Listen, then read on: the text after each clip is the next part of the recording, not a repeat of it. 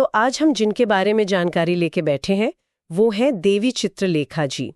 और जो जानकारी सामने आई है वो काफी दिलचस्प तस्वीर पेश करती है। हाँ। एक युवा आध्यात्मिक हस्ती हैं जो भक्ति, कहानी कहने की कला और समाज सेवा इन सबको जैसे एक साथ बुन रही हैं। जी। और सबसे चौंकाने वाली बात तो ये है कि उन्होंने बहुत ही कम उम्र में भागवत कथा कहना शुरू कर दिया था। जी हाँ, ये वाकई असाधारण है।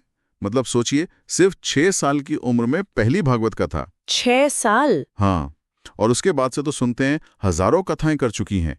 ये सिर्फ टैलेंट नहीं है, ये एक गहरी लगन, एक समर्पण दिखाता है। सही कहा। और जानकारी ये भी बताती है कि उनका मकसद सिर्फ कथा सुनाना ही नहीं है, बल्कि लोगों में ईश्वर के प्रति प्रेम जगाना और समाज में एक तरह की जागरूकता लाना भी है। तो फिर सवाल ये उठता है कि अच्छा, वो ये सब कथा के माध्यम से करती कैसे हैं? जानकारी में श्रीमद् भागवत का जिक्र आता है। जी बिल्कुल। जिससे वो सिर्फ एक धार्मिक ग्रंथ नहीं मानती, बल्कि एक जीवन जीने का तरीका बताती हैं। तो किन खास प्रसंगों पर उनका जोर रहता है? बिल्कुल, जानकारी के हिसाब से देखें तो गजराज मोक्ष की कथा है ना। हाँ। वो जो सिखाती है कि गहरे संकट में भी पूरी श्रद्धा से ईश्वर को पुकारो तो मदद मिलती है। हाँ। फिर कृष्ण राधा की लीलाएं हैं। अच्छा। और राजा परीक्षित और सुखदेव जी का जो संवाद है, ये कुछ ऐसे प्रसंग हैं जिन पर वो अक्सर फोकस करती हैं। और दिलचस्प बात ये है कि वो इनकी व्याख्या कैसे करती हैं। जैसे आपने सुना होगा, वो कृष्ण से पहले राधा का नाम लेती हैं। हाँ, राधे राधे। हाँ, राधे राधे। तो ये भक्ति की प्रधानता, उसकी सर्वोच्चता को दिखाता है। उनका ये मानना है कि भक्ति पहले, भगवान बाद में। अच्छा, ये एक अलग नजरिया है। जी, ये दिखाता है कि वो कैसे उस प्राचीन ज्ञान को आज की जिंदगी से, आज के लोगों से जोड़ रही हैं।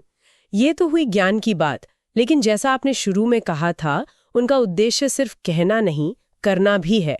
तो जानकारी उनके सेवा कार्यों पर भी रोशनी डालती है, खासकर गौ सेवा पर। हाँ बिल्कुल। और ये उनके दर्शन का एक बहुत अहम हिस्सा लगता है। वो जो राधा माधव गौशाला सेवा संस्थान है जी, उसकी स्थापना उन्होंने की है। और बताया गया है कि वहाँ हजारों गायों की देखभाल होती है। हजारों? जी। और जानकारी में उनका एक विचार है जो सब कुछ साफ कर देता है। वो कहती हैं कि भगवान की भक्ति तभी सच्ची मानी जाती है जब वो किसी भूखे को रोटी, किसी गाय को छाया और किसी रोते को मुस्कान दे सके। वाह, क्या बात है। तो ये आध्यात्मिकता और व्यवहारिक करुणा का सीधा कनेक्शन है। बिल्कुल। इसके अलावा नारी सशक्तिकरण है, बुजुर्गों और निराश्रितों की मदद है।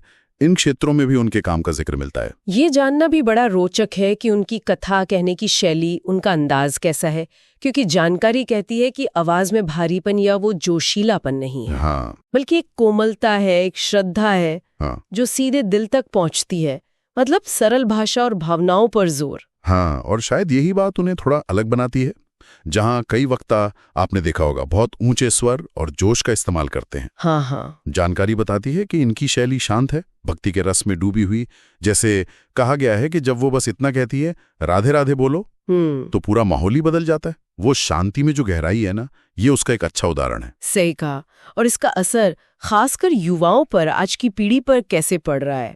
जानकारी तो ये भी कहती है कि वे युवाओं को भक्ति और सेवा की एक सीधी राह दिखा रही हैं। ऐसा लगता है कि उनकी सफलता का एक कारण ये भी हो सकता है कि वो पारंपरिक भक्ति को आज की पीढ़ी की भाषा से, शायद उनकी जो चिंताएं हैं, उनसे जोड़ पाती हैं। अच्छा। तो इससे आध्यात्मिकता कोई बोझिल या पुरानी चीज नहीं लगती, बल्कि सुलभ और प्रासंगिक महसूस होती है। वो दिखा रही हैं कि भाई सेवा और भक्ति ये साथ साथ चल सकते हैं। तो कुल मिलाकर अगर देखें, देवी चित्रलेखा जी के बारे में जो जानकारी मिली है, वो एक ऐसी शख्सियत को उभारती हैं जो आध्यात्मिकता, समाज सेवा और हमारे सांस्कृतिक मूल्यों को एक नए ताजे अंदाज में पेश कर रहे हैं। निश्चित रूप से।